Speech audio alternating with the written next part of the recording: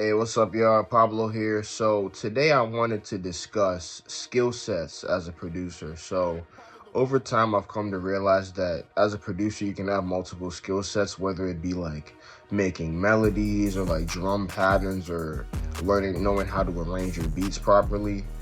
I'll be the first one to admit drum patterns are not my strong suit, right? I'll just be straight up with it. I use a lot of drum loops, whatever. But what I am really good at are two things: making melodies and chord progressions and arranging my beats in an interesting way. That's why like a lot of people kind of compare my sound to like, movie soundtracks, because I'm really good at like making the composition dynamic and interesting, right?